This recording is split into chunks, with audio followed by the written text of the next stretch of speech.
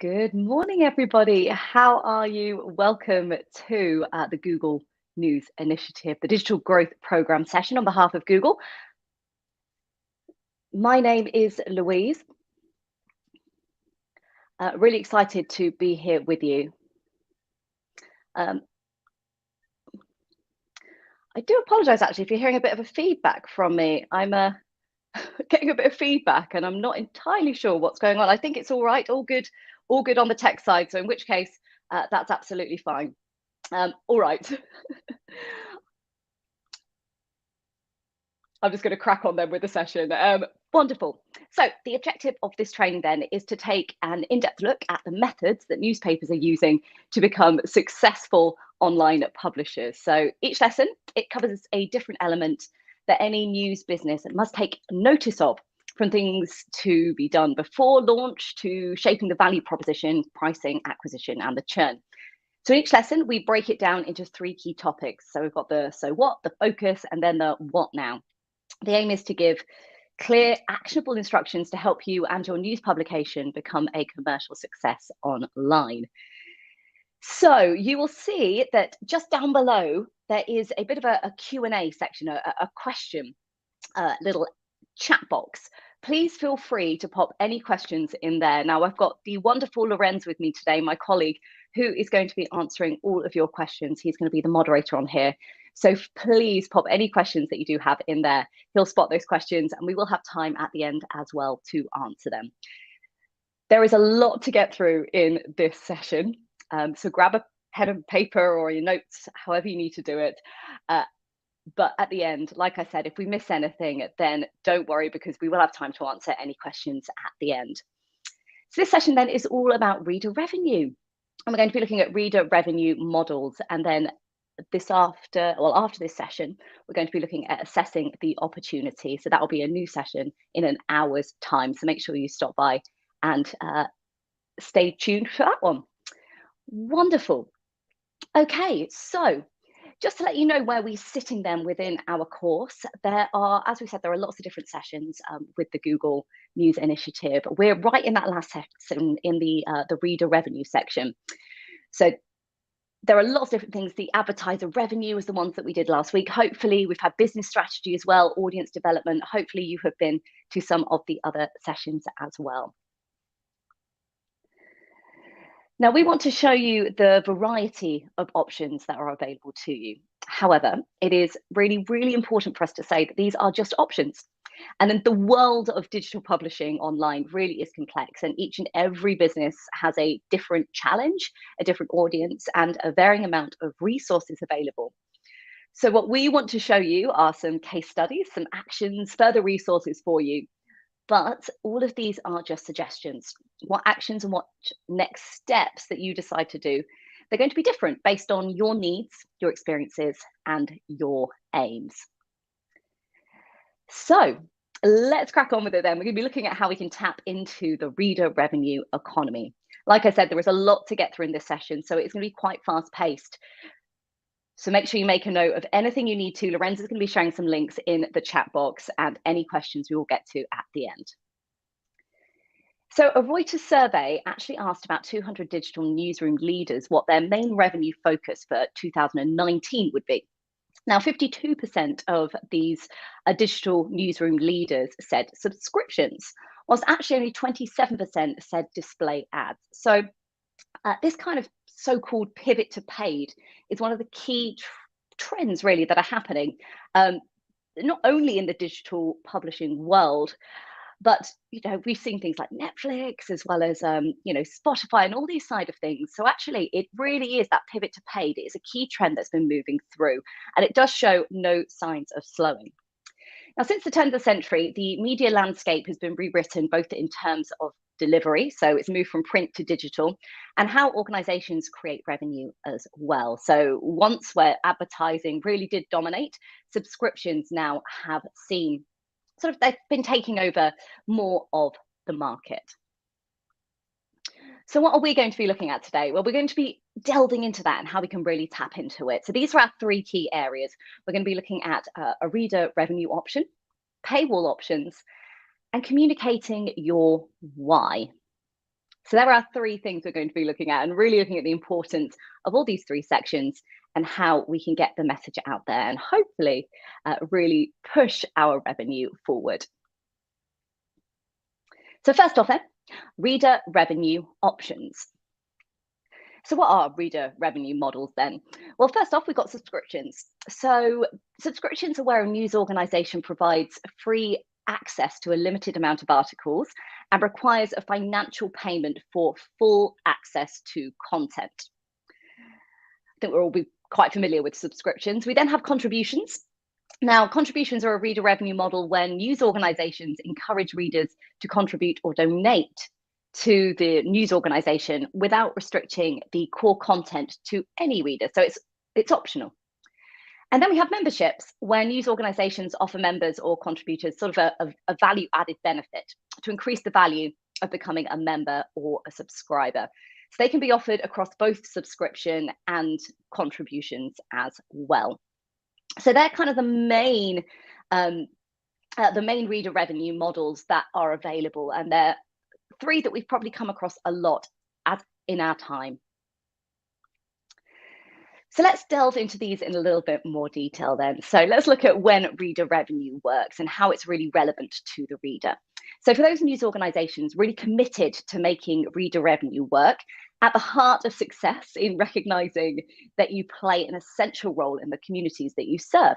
So ensuring that communities everywhere have quality information that they need to navigate an increasingly interconnected and complex world is a central role that we have. So we've really got to lean into that.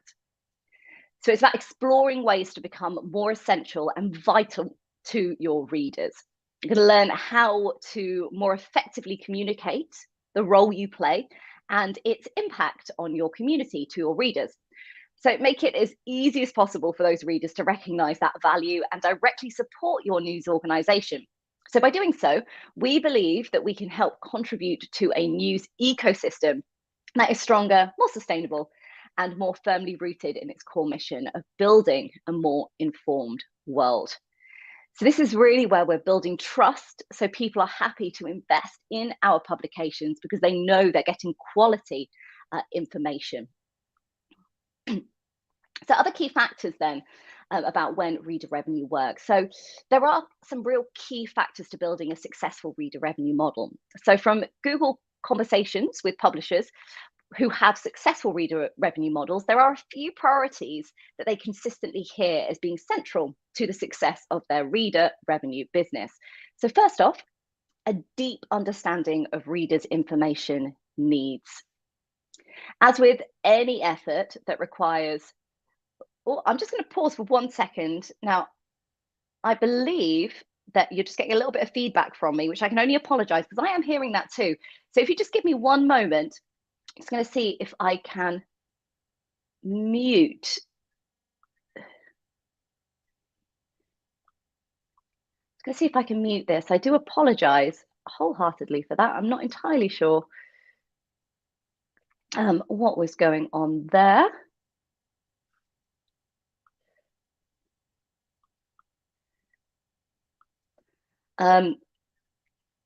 Okay, well, hopefully that's a little bit better for you there. If not, I do apologize. We can make sure that it all gets solved.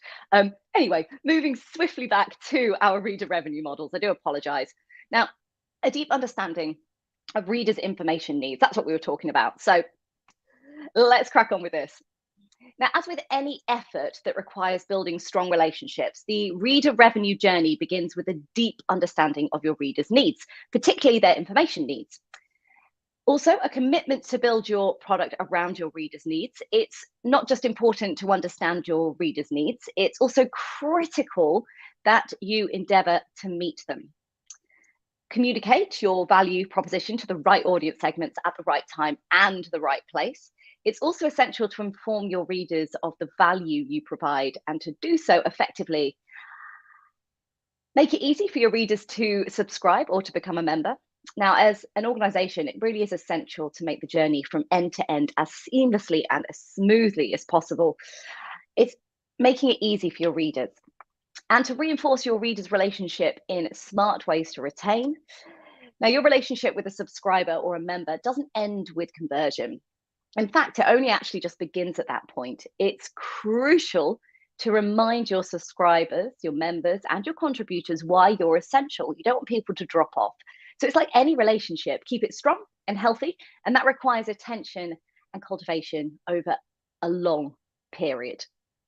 Next up would be a reader revenue success. It requires that cultural commitment across the entire organization. And what this means, it ensures that you and your entire organization across the editorial and the business side of your operation and across individuals and teams as well, they're aware and are aligned around a set of reader revenue goals. So you're all working towards the same thing. Now, I should point out as well, there is no one size fits all. It's all about experimentation, about putting things into place, experimenting to find the right solution. All of that is critical. So how can we strengthen product and content? Now, at the foundation of a successful reader revenue strategy is providing an experience that readers are willing to pay for or financially support. So that begins with providing quality journalism. I know I've mentioned that already, but quality journalism has to be the key. And the benefits are aligned with your readers' needs and expectations. So ways to improve your content in a reader revenue context. It brings metrics into the newsroom. You can shift your orientation from quantity to quality, emphasize that very much so, and use the content wheel, which we'll go through, to get the most out of your reporting and meet readers' needs more dynamically. So there's some really easy ways there that we can help improve your content in a reader revenue context, all the time thinking about your readers. So what's in it for you then as a publisher? Because of course we will be thinking about our audience and our readers, but we do need to think about ourselves as well, especially when it comes to that revenue. So first up then, with subscriptions. So subscriptions help build a strong commercial base. If you can succeed in retaining your subscribers year over year, base revenue can rapidly begin to grow, allowing you to invest in more content and drive further engagement. Subscriptions also allow site and app owners to move away from advertising. Now, for contributions offer you and your audience flexibility. They can be sort of a one-off or made as a subscription. So why then build a membership? Building a strong and loyal connection between you and the reader is absolutely key if you want that long relationship, so they will continue contributing or continue with that subscription. So it really does go round in a bit of a circle there. So how do you choose then between subscriptions or contributions? Now, there really are some key questions and considerations that publishers need to take into account when deciding between a subscription or contribution model. So first off, dependency on ads. How important is advertising revenue to your current business model? And how important is it to the long-term success of your news organization? Also thinking about the alignment between value proposition and model, and publishers with expected conversion rates as well. Now, the answer may have an impact on whether a subscription or a contribution model is a better fit for your organization. So make a little note of those three little questions so you can take away after this session today and really answer them. What is your dependency on ads? What is the alignment between your value proposition and your model? And what is that expected conversion rate? And we're going to talk about all of these in more detail as well. So hopefully, if you are struggling about how to answer those questions, you'll have a bit more of a clearer answer by the end of the session. So how can you build your membership program? Well, selecting the right value added benefits for your subscription or contribution program is essential to a successful reader revenue model. So below, we've listed examples of value added benefits, and we've seen from publishers that we've had the opportunity to work with. Again, we encourage you to provide benefits that are a good fit for your readers based on insights that you collect from surveys and interviews. So provide subscribers or members with exclusive access to, and these are just some of the options, and there's quite a few here. I'll just pick a couple out. But the more creative we can get with this, the better. So, it could be things like events held by the news organizations, whether that's things like roundtable discussions with journalists or political figures. How about chat or text with journalists or newsroom editors? So it's things that they get because they are a subscriber. Could be training or educational materials. How about a visit to the newsroom? I mean, that's so exciting. Early access to content as well, or perhaps discounts on broader sort of set of goods and services as well. So lots that we could potentially be doing to help build that membership program with sort of added value benefits for your readers. Okay, next up then, let's look at how we can optimize your user funnel for conversion and retention. So optimizing your user funnel across audience growth, engagement, conversion, and retention. We've previously spoken about the important metrics around growing and engaging your audience. So let's focus on the metrics that convert and retain. So first off, growing your audience. So that's your monthly active users and your monthly active user growth rate. How we can engage the audience. So that's your average visits per user, your average pages per user, average page speed, newsletter opt-in rate, percentage of known readers, and converting audience. So that's making sure that those contributions and subscriptions do happen. Your reader revenue, your subscription specific need to stop rate, paid stop conversion rates, your pay flow efficiency, and your print to digital activation rate. So there's lots and lots of things that we need to consider here. And I do know that this is a lot of information. So just make a note of them and we can always come back to them later in the questions and answers, or we do have an opportunity to talk about them in depth tomorrow. Other things as well, it's about retaining that audience, that churn rate and that active subscriber rate. Now, all of these and more, along with tactics to improve performance, will be covered in the actions at the end of this section as well. So just a little bit of a case study for you. Now, this is The Information. Now, The Information is a niche digital publication set up by a former Wall Street Journal reporter, and it publishes really only a couple of tech-related articles per day, but they are very well researched, and readers value the insightful reporting. And The Information has 4,000 subscribers, and they pay $399 per year. That's a lot. And actually, it works out at about 1.6 million in gross annual revenue. So that's just an example of how that subscription model can work really well, and how they focus so dramatically on quality over quantity to make this work for them. And their readers were happy to invest because they knew that they were getting quality and they were getting well-researched information. Another case study here, excuse my pronunciation, Dagens Nyheter. Now, this is a Swedish daily newspaper. I'm so sorry if there's anyone from Sweden watching. That must have been the worst pronunciation of anything. The Swedish daily newspaper, they had almost no digital subscribers in 2015. 4 years later, the newspaper reached a few milestones. So it had 165,000 digital subscribers and 163,000 print subscribers. The total number was higher than it had been at any point in the early noughties. So revenue from digital subscriptions actually was higher than revenue from digital ads. So again, another really fantastic example of how subscription models worked really well and actually well outdid any number that they had in the past. Tortoise, another case study here. Now, Tortoise, it's a slow news initiative which recently raised over actually 500,000 on Kickstarter. It's an example of how an outlet seeking to incorporate editorial and creative input from their paying members. So led by James Harding, who actually was the former editor of The Times and the head of BBC News, it promised members access to open news conferences, which they call the Think-In. So the ability of members not just to access to articles, but also to inform them. The content here is key to their financial model. So Tortoise's approach harnesses an ideal for openness with its members that others are also seeking to emulate. So this one was all about bringing that audience in.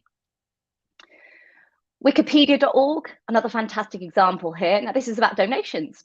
And donations sort of offer you and your audience flexibility. They can make that one-off, or it can be made as a subscription. So I'm sure we've all been on Wikipedia at some point, and they've got that pop-up that comes up, and it asks you for a donation. And it really is quite an aggressive advertisement as well. And it's on the header of its website. But per their 2016-17 fundraising report, actually Wikipedia raised $91 million from 6.1 million different donations, including 60 million from desktop and mobile banners and emails. So that's an example of how that really worked, because people really respect and use Wikipedia enough that they wanted it to continue and were happy to donate. Now, just a little bit of an additional resource for you actually here, which you might want to take away with you. And I know that Lorenz will post this link in the chat, so make a little note of it. But the News Revenue Hub here, it really helps its members implement fundraising models and automate time-consuming processes, conduct experiments, and adopt best practices and more. So after the session today, make sure that you've got a little note of this link and take some time to go through the News Revenue Hub, and it can just help you through some of those questions and queries, and it can help you conduct those experiments to hopefully help you push forward. So, little question then, are you still unsure about which reader revenue is right for you? If so, then the following might help. So a couple of activities for you to take away today. So first off, it is the GNI Reader Revenue Playbook. Again, Lorenz will post this into the chat. Now, this playbook contains exercises and workshops and workbooks as well within this playbook that are there to inform, and they contain insights from more than 50 publishers around the world, and they represent the collective expertise of our trusted partners and the Google News Initiative. So it's a really, really useful playbook with loads of exercises and information in there for you. So please make a note of this little link and take it away with you after the session. And use within the GNI Reader Revenue interactive exercises as well. Again, Lorenz will share this with you, but these interactive exercises are designed to bring insights from the GNI Reader Revenue Playbook to life using your news organization's data. This is where it gets really personal and really, really relevant to you. Each exercise is meant to help guide you as you embark on building or strengthening your reader revenue model. So get two brilliant links there, two brilliant resources for you moving forward, which you can take with you and do in your own time. So next up then, let's look at paywall options. So what are the types of paywall then for subscriptions? Well, we've got a hard paywall.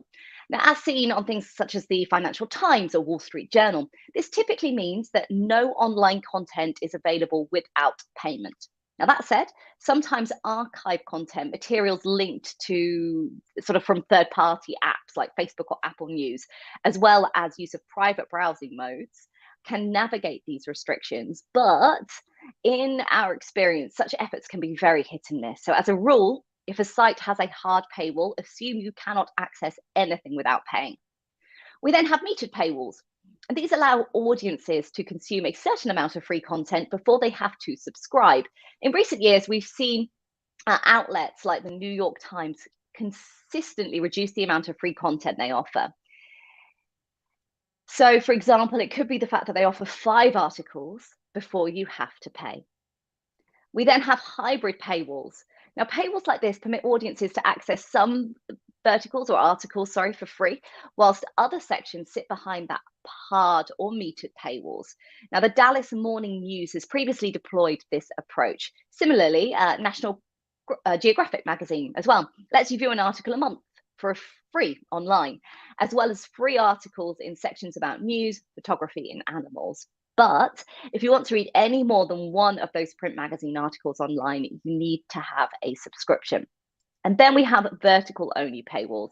Now, these offer standalone paid for access to a specific section. Now, for some publishers, this approach actually can be a great option for sections such as sport or for other specialist content, which is around sort of a specific niche. Often non-geographically specific and passionate audiences as well are happy to pay for that. So sport is a great example of that. Other types of paywall, you got things like pay as you go. So that sort of micropayments that enables readers to consume your content one story at a time. Geolocation as well. So this approach means that you hit the paywall at different points. So it could be at the free article limit, but it will depend on your IP address. And we'll look at some examples of that. BBC is a good one. Surveys. You could complete a pop-up questionnaire to enable access to content behind it, and as well, including print. So a very common paywall at many newspapers is whereby if you subscribe to the paper, especially the more expensive and lucrative sort of Sunday edition, then full digital access is often thrown in for free. So there's a few other types for you. So some case studies here. I'm going to race through these, but just so you are aware, you can make a note and take them away with you. So Blendle, this is a pay-as-you-go. It's a micropayment system, enables readers to consume your content one story at a time.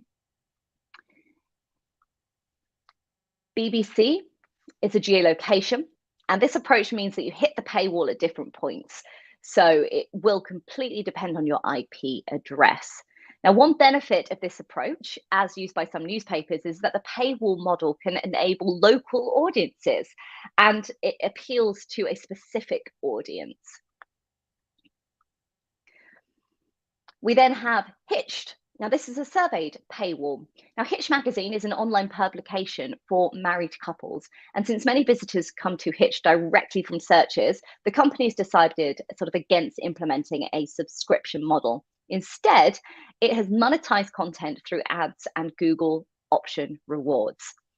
So Google surveys sort of impact that double-digit sort of RPMs, and also no negative impact on bounce rates or page views. So Google surveys, they do give you sort of a quick, cost-effective way to get valuable insights in the minds of your target audience.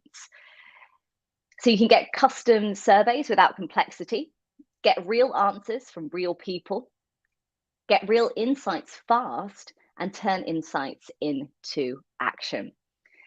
So Google surveys potentially, or a surveyed paywall, could be an option to your magazine. It did work really well for Hitched. The Financial Times is print and digital, and it's a very common paywall at many newspapers. And this is whereby if you subscribe to the paper, and as I said, especially the most expensive ones, it's normally the Sunday edition, then full digital access is often thrown in for free. And in some cases, there's little difference, if any, between the cost of a full digital subscription and one where you get digital and the print product as well. So that's the Financial Times, but there are lots and lots of examples of newspapers, big newspaper organizations doing this. So 3 areas of investment for you then: people, process, and technology. So people and process. So if we take the first 2 of people and process, they will be many similarities for all publishers, no matter what the size. So the biggest difference here will be around the technology. So with that in mind, then, this will change dramatically. The technology will change dramatically depending on who you are and the systems you currently use. It may be that you have a WordPress site and there are WordPress plugins that can give you the tech startup needed for a subscription model. However, if you have a bespoke system and you're using a sort of a host of third-party solutions, the move to a subscription model may be more complex. So that's just another factor to consider when you're moving forward. So the rate of change, well, something else to consider. An investment now in technology is not just money, but it's also time. This is where possibly a consideration to partner with a third-party solution might be a better fit for your organization. Another case study here for you is Miami Herald, and they subscribe with Google. Now, Subscribe with Google, it is a platform that enables customers to use their Google account and payment methods to subscribe across the web, and it also helps users to stay logged in. retain access to their premium content, and encounter the content on Google products. Now, from the reader's perspective, they simply select the publisher offer, click subscribe, and they're done. They will automatically be signed into their site, and you can pay securely and privately with any credit cards you've used with Google in the past. From then on, you can use sign in with Google to access the publisher's products, but Google does the billing, keeps your payment method secure, and makes it easy for you to manage your subscriptions all in one place. So again, this could be something that might make the process easier for your publication. How about dropping the paywalls? Now, some of you might have seen this, and actually many news outlets have in the past dropped their paywalls for emergencies, things like breaking news stories on major events. The Financial Times dropped its paywall for all Brexit-related news for 24 hours on the eve of the vote, and the traffic spiked. But actually, what happened was the Financial Times then saw a 600% surge in digital subscription sales over the next weekend, even when that paywall was back up. So it worked really well for them. So let's talk then briefly about the future of paywalls. First off, dynamic. Now, a dynamic, adaptive, or smart paywall is a relatively new technology that hasn't been defined properly yet. So a dynamic paywall is considered to be a technology that at some point in the acquisition process incorporates data-driven personalization in order to improve its efficiency. Whereas regular paywalls rely on a pre-established set of rules, a dynamic paywall sort of bends those rules individually for every user. For example, users with a high likelihood to subscribe hit the registration or payment prompt earlier than someone who hasn't had enough exposure to the content and the value proposition of the brand services yet. So actually, a case study on this was Denik N, which is a Slovakian newspaper. They developed and released a machine learning component for their open source platform. And part of the platform is machine learning, and it assessed the subscription probability for users. And based on that score, it then put in a dynamic paywall, and it worked really well for them. So have you considered a data-driven approach to your paywall? Of course you have, but how is it done? So a readers engagement and monetization platform. So remember the case study we just looked at, they used an open source platform called REMP, or REP, Readers Engagement and Monetization Platform. Well, it's free for anyone to use. It is actually a common technology framework, and it could help ease the adoption of getting into data-driven processes and paywalls. And there are some third-party companies who specifically provide their services and softwares for the media industry. A lot of them are quite expensive for small media organizations. So there is one big exception to this rule, and this project is funded with a grant from the Google Digital News Initiative, and it has been used by several organizations already, and media organizations. So if you want to know any more about that, please check out the link that Lorenz is going to pop in the chat for you. So the importance of communicating your why. Now, after launching its membership model, people at The Guardian noticed many readers saw the newspaper had 150 million readers. They assumed they were making a lot of money. However, what The Guardian realized is they had to explain how advertising revenue was dropping, and they needed their readers' support. And I'm sure if you've looked at The Guardian, you will see that actually there's lots of pop-ups everywhere saying, please subscribe, please donate. Not subscribe, they don't use subscriptions, but please donate to our organization for quality news. So the reasons why then, on average, less than 1% of news publishers' traffic visits subscription pages. Marketing messages are crucial to improve subscription packages awareness. And no one ever became a member of a journalism site offering news that feels like a commodity. Another case study for you here. I've got lots of case studies in this session. Positive news. So Lee Entrepreneur, I can't even talk now. So Lee Enterprises is a major provider of a local news, information and advertising in the US, and it primarily targets mid-sized markets. It owns 40 plus daily newspapers, along with rapidly growing digital products and nearly 300 specialist publications across 21 states. Now, by surveying readers and redesigning their value proposition, they were able to communicate their why more effectively. And it led to an increase in new digital subscriptions by 3 times month over month, as well as a 150% increase in page views on their subscription page. So now we know that sort of why it's important to drive traffic to your subscription pages. Let's look at some of the ways that you can achieve this and convert readers into paying customers.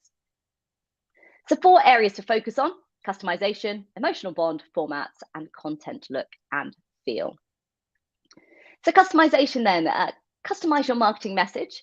So different offers will appeal to different readers. Understand what each audience responds to by an A/B split testing. And you can test different approaches and personalize the benefits you offer your readers accordingly. An emotional bond. Now, subscribing to a news, it shouldn't just be transactional. Your most engaged readers have developed an emotional bond with your organization, your publication. So think about ways to highlight your publication values and resonate with them. Communicating your values isn't limited to the words you use. It also comes down to the visuals that you use. So it could be about highlighting the personalized savings with a strong C2A. So sort of a claim this offer. Highlight the mission that users will resonate with, such as be a global citizen and support your local publisher, and reduce the risk factor with phrases such as cancel any time. So the ideal process through a funnel would be: they like your brand, they shop on your site, they see your call to action, they purchase the goods. Case study here, West France, they worked to create an emotional bond with readers by offering exclusive access to events, discounts, and rewards. It worked really well for them. It's drawn 12,000 subscribers, a third of them under 30 years old. Next up, formats. So pay attention to when and where on all of your pages you could have that C2A button. Put your CTA in a sticky header. Leverage anchor and inline banners on your article pages, and overlays perform well, but they sometimes should be put in place with caution. So for example, upon landing page for returning visitors, or upon sort of that exit as well. So overlays can be great. We just don't want to put anyone off.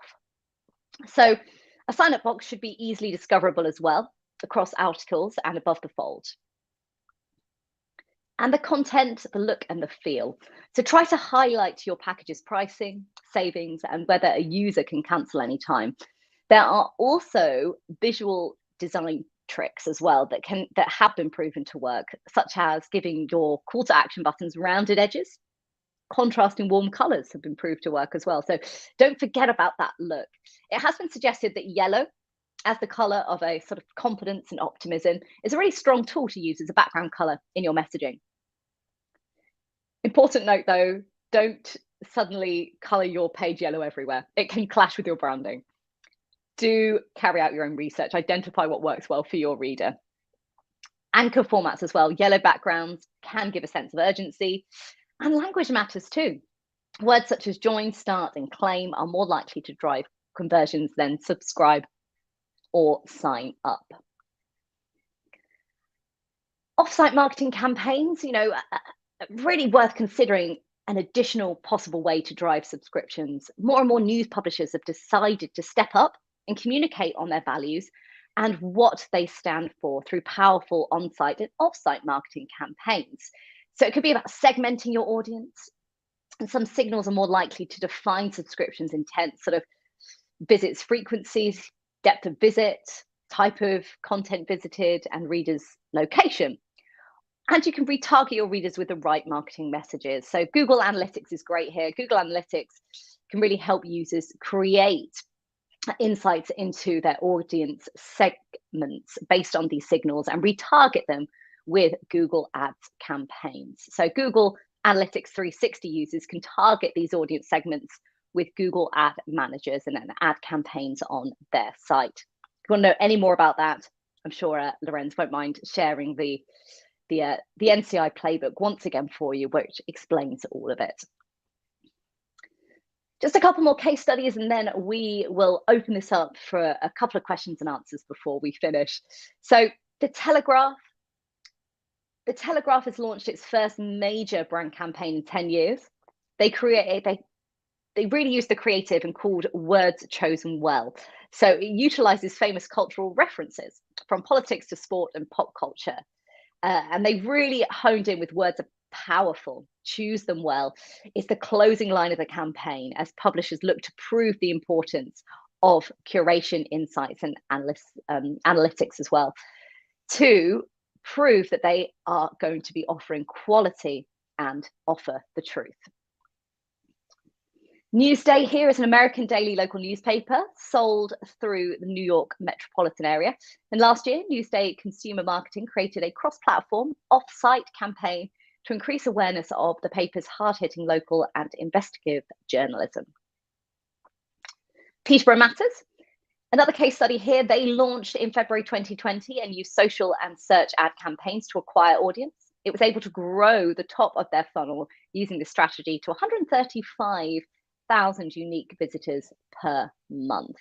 So newsletters here are still sort of work really quite a low percentage of their referral traffic. It actually was only 5% of the total sessions that Peterborough Matters. However, with an open rate of 51.5% and a CTR of 21.6%, they expected it to increase. So they were not forgetting some of those old things that worked well, those newsletters, but they were looking at how they could drive that forward. So are you successfully communicating your why? So A/B testing, just to remind us there, A/B tests benefit sort of discount messaging, headlines, and call to actions. They're crucial elements that can drive clicks. Keep refreshing your design, headlines, your CTA, background color, see what works well, and your house ads as well. Present a great opportunity to promote your subscription pages and missions to your readers, and the news tagging guides. Make sure you're measuring the performance of your marketing messages with the news tagging guide. All of this is in the playbook. Hopefully you've got that link noted down. So just a summary then of what we've had a look at today. I know there is a lot of information in there. You've got that playbook link. All of it is covered in there, but we did have a little look then at the reader revenue options. We looked at paywall options, and we looked at the communicating your why and the importance of getting your message right for your audience. Okay, we've got just a couple of minutes. If there are any questions at all, please feel free to get them in. I don't think there are any questions actually at the moment, which is absolutely fine. If anyone does have a question, please feel free to pop it into the chat right now. While you're doing that, I will just take you through what's next. So just to let you know, at 11 o'clock, so just in about 15 minutes, 17 minutes, we do have a session on assessing the opportunity.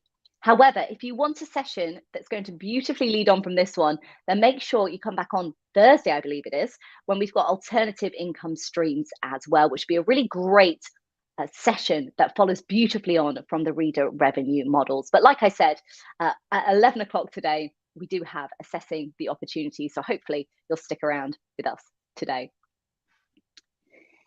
And these sessions are not all that we have. We do have some deep dive sessions. You've got an opportunity here. The deep dive sessions are fantastic. And they're there to ask any further questions and get some direct answers from the GNI teams. So to sign up, hopefully Lorenz can share a link with you in the chat. If not, then where you signed up for this session, you can sign up for the deep dive there as well. You can come back tomorrow for this one, and we will be here to answer any questions. And like I said, I know this is a lot of content in this session in particular. So if you come back to the deep dive session tomorrow, we can go through it all in more detail and really sort of specifically aim it at your publication and learn from other people's as well. We do have our labs as well. There are a number of other training labs running that we'd like to signpost and recommend to you. You can visit that through the GNI website as well. And your feedback is super important to us. This is how we can evolve and improve And a link will be posted in the chat. And if you have 2 moments to fill this in, we'd really, really appreciate it. Okay. So just a little reminder, if you are unsure about which reader revenue is right for you, you can head straight to that reader revenue playbook and get involved with the reader revenue interactive exercises that we spoke about in this session. The playbook, I know I spoke about it lots. I know Lorenzo posted it in the chat. So make sure you take that away, get involved with those exercises, and hopefully we can go through it in tomorrow's deep dive session, or you can take this into your own time and really help find out which reader revenue is right for you. Okay. Thank you so, so much for joining us today. We really look forward to seeing you again soon, hopefully at 11 o'clock, if not tomorrow, on the deep dive session. Thank you very much and see you soon.